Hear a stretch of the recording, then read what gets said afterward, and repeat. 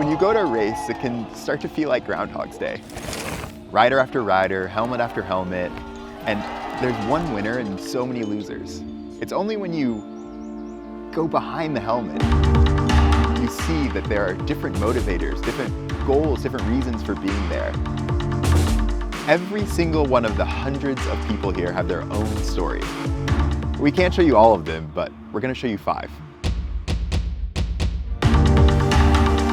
So we're here at Crankworx Innsbruck, and if you've been living under a rock for the past 10 years, let me try to break it down for you. It's less a race or a competition and more of a festival. You have the whip-off, you've got pump track, you've got slalom, speed and style, downhill, and slope style. Some people come here and try to compete in almost every single one of these competitions.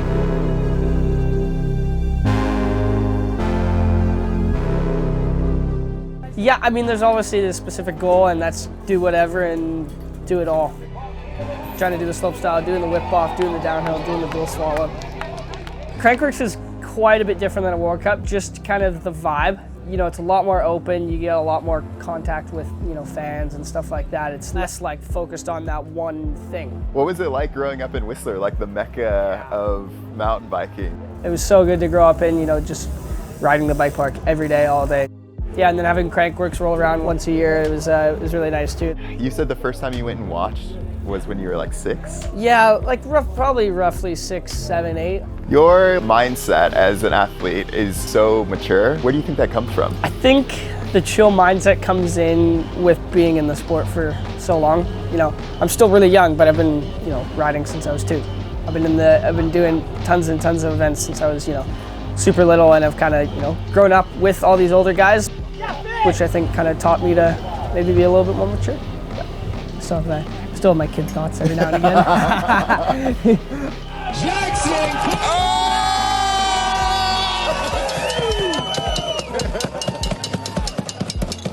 The venue here at Crankworx Innsbruck is just incredible. Like, I actually took a picture and posted on my Instagram so I could remember where I got to go during my life and do these things that are just incredible.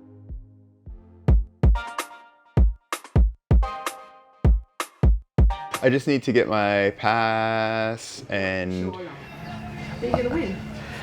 No, I'm not gonna win. Yeah, you know.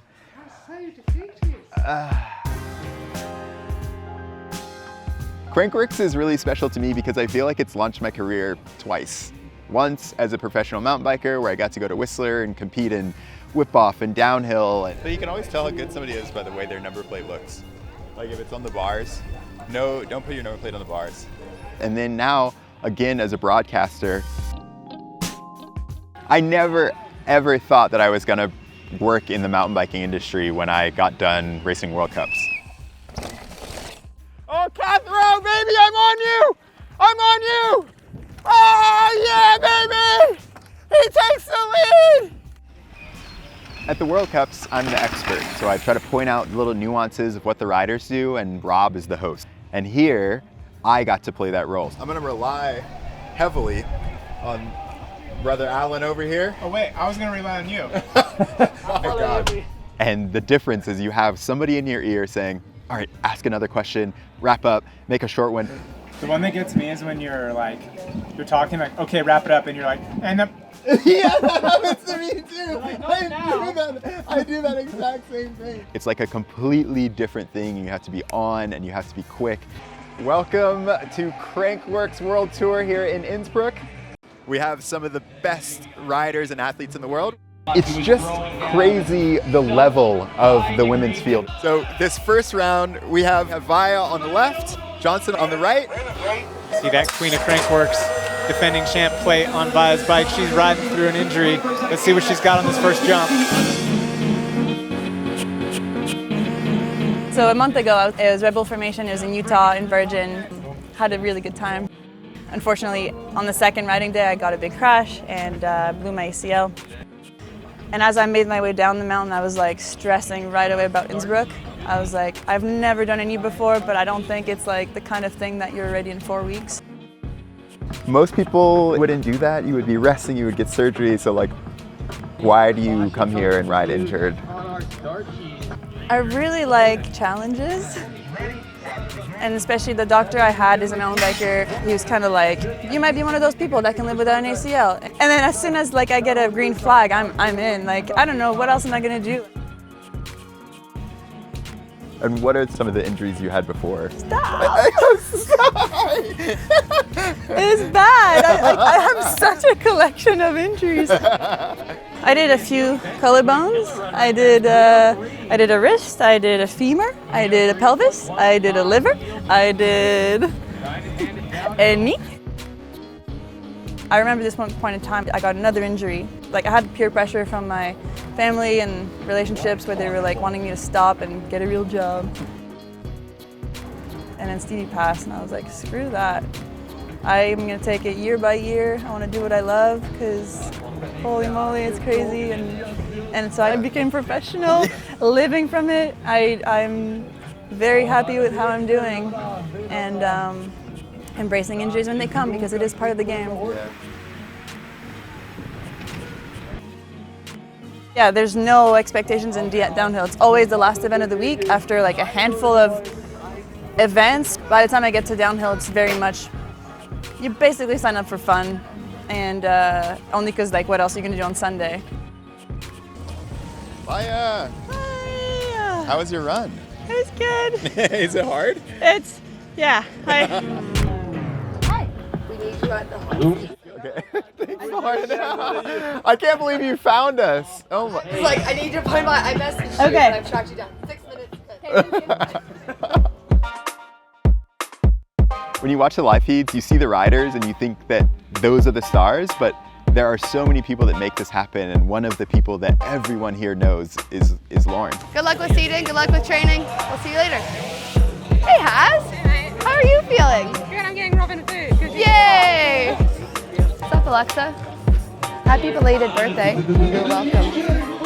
If you haven't been to a Crankworx, you might not realize it, but once you come, you realize we are a big family. I feel like the mountain bike community, there's just so much support and it's family and like they're so humble, and I don't know, that just makes me feel like what I do is why I do it. Yeah. Oh my gosh, I don't know how you are doing with this heat. I'm sweating and barely wearing anything. My technical title is Athlete Services Manager. What does that mean?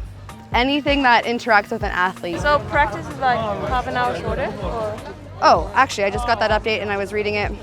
Parking, media access, training schedules, registration. I run around. I should have one of those step counters on because I feel like I'm constantly running and stressed, but coming. I am on my phone all the time, whether it's emails coming in, phone calls coming in. I don't know if that answers your question. No, it does. I mean, I feel Chaos like sometimes, I don't know. So when I first came in, I definitely had a lot of insecurity about not knowing about the industry, people not trusting what I had to say because I wasn't part of the industry. I didn't mountain bike, and I was welcomed in. No one seemed judgmental. No one seemed to be like, who is this person coming in and whatnot. And I was just a sponge for learning. Like, it just is an atmosphere that I know I've never recreated. Like going to a music festival, you don't know everybody, but here you feel like you know people and you just feel at home. Coming in, I have 5 messages. One was about the scrub off coming up, trying to figure out stickers for how people are going to advance and scrub off, so I gotta go do that. Someone else, just wondering if a black, green, bluegrass full face helmet has come up anywhere. I will try to find that helmet. Something is in German. All right, who we got next here? Well, this is an exciting prospect, Jenna Hastings.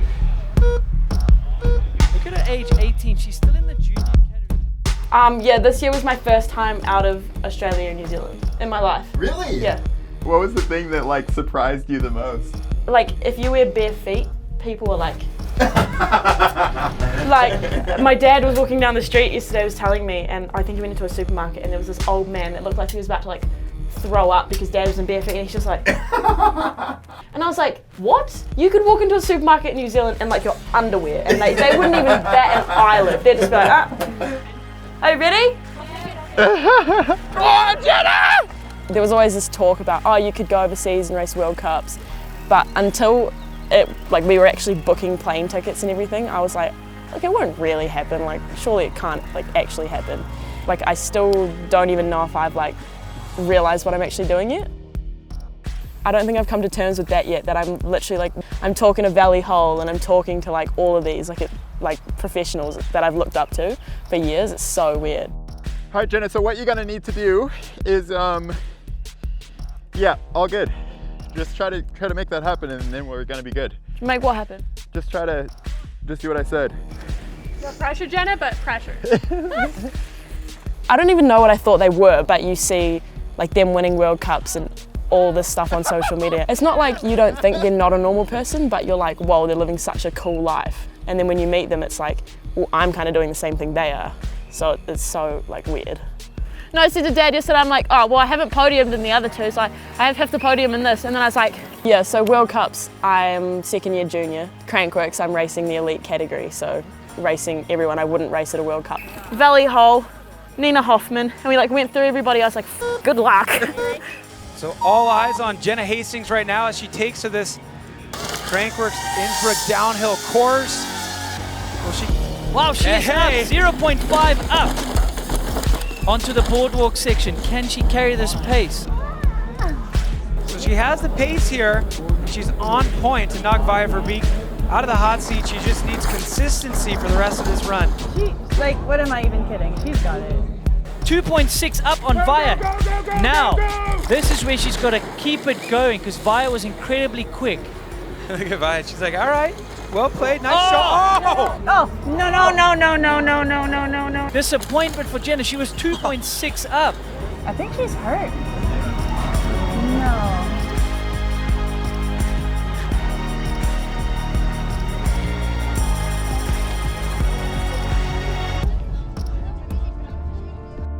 At the beginning, I said you need to understand the people to see why we love this sport so much.